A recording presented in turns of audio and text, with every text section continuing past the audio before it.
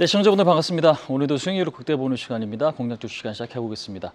자, 전일 핫하게 움직였던 종목 네 가지 먼저 좀 보실 텐데요. 전일도 시장의 분위기가 너무 좋지 않았습니다. 그래서 이제 뭐 굉장히 좀 잘 움직였던 종목들 비율보다는 못 간 종목들이 확실히 좀 많았는데 그 안에서도 어떤 것들이 좀 좋았는지 한번 좀 보도록 하겠습니다.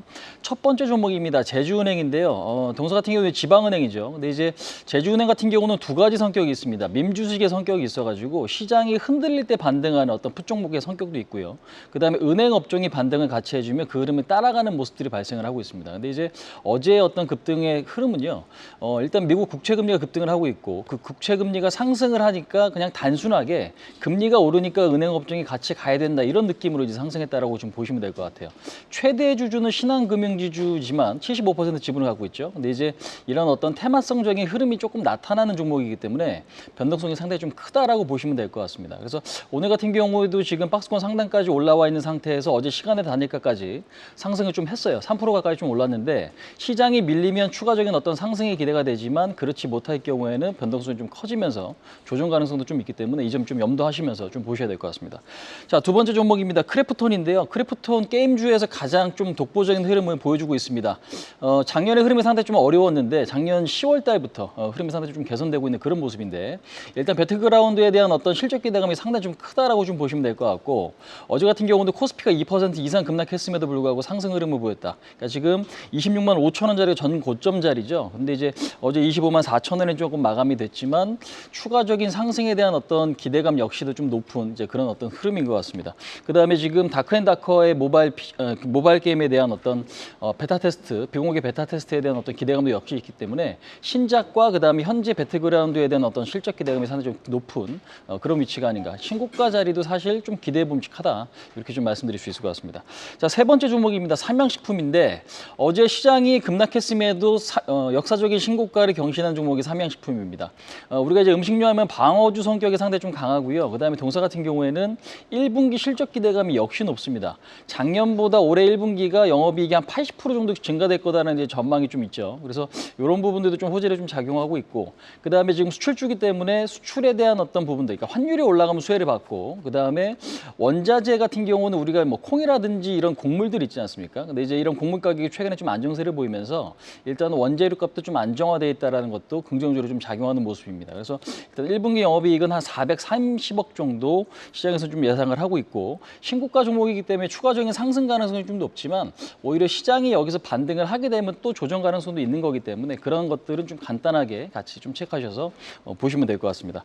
자, 네 번째 종목인데요. HPSP 아마 많은 개인 투자자분들, 시청자분들께서도 궁금해하시는 종목이 아닌가 싶습니다. 매각 추진 기사가 나왔습니다. 그저께 이제 오후에 장 끝나고 나왔었는데 그래서 시간에 단일가도 올랐고 어저께 장 초반에는 10% 가까이 주가가 이제 급등을 했었죠. 근데 이제 회사 쪽에서 사실 무근이다라고 좀 발표를 했습니다. 근데 이제 기사 내용이 상당히 좀 디테일했어요. 그러니까 매각 주관사도 지금 선정하고 있고 39.6%에 대한 크레센도의 어떤 지분을 어떻게 좀 매각을 좀 진행 중이다라는 어떤 그런 상세한 내용이 있기 때문에 어제 내용이 지금 안 좋게 나오긴 했지만 저는 좀 계속해서 관심을 좀 두고 보셔야 될 필요가 있지 않나 이렇게 좀 말씀을 드릴 수 있을 것 같습니다. 자, 두 번째 내용입니다. 공략주 시간인데요. 내용 한번 좀 보시도록 하겠습니다.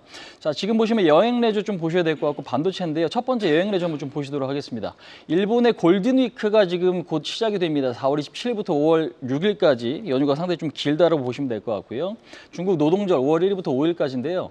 일단은 외국인들이 방한할 수 있는 요인들이 좀 생겼다. 그다음에 그동안에 많이 밀렸던 어떤 업종들, 그러니까 여행 레저 쪽에서 좀 있기 때문에 관심 있게 좀 보셔야 될 것 같은데 어떤 종목들이 있는지 한번 보시겠습니다. 자, 보시면은 좀 섞여 있어요. 뭐 항공이라든지 카지노라든지 텍스 리펀드라든지 이런 것들이 좀 섞여 있기 때문에 같이 좀 체크를 해보시면 될 것 같고 반도체 한번 좀 보시도록 하겠습니다. 3월 수출은 여전히 좀 잘 됐고 여전히 4월 달에 대한 수출도 상당히 좀 좋은데 한번 좀 보시겠습니다. 뉴욕 증시에서도 일단은 반도체 업종이 오늘 상당히 좀 좋은 모습이었습니다. 그래서 여전히 대장, 물론 지수 위치에 따른 어떤 우려감은 있지만 대장은 여전히 아직은 좀 반도체일 거다라는 어떤 저의 좀 예상을 일단 오늘 반영한 이제 그런 어떤 픽인데요. 관련 종목들 한번 좀 보시도록 하겠습니다. 자, 그러면 제가 오늘 시청자분들께 소개시켜드릴 공략주 대상은요. 글로벌 텍스프리를 좀 말씀을 좀 드려보도록 하겠습니다.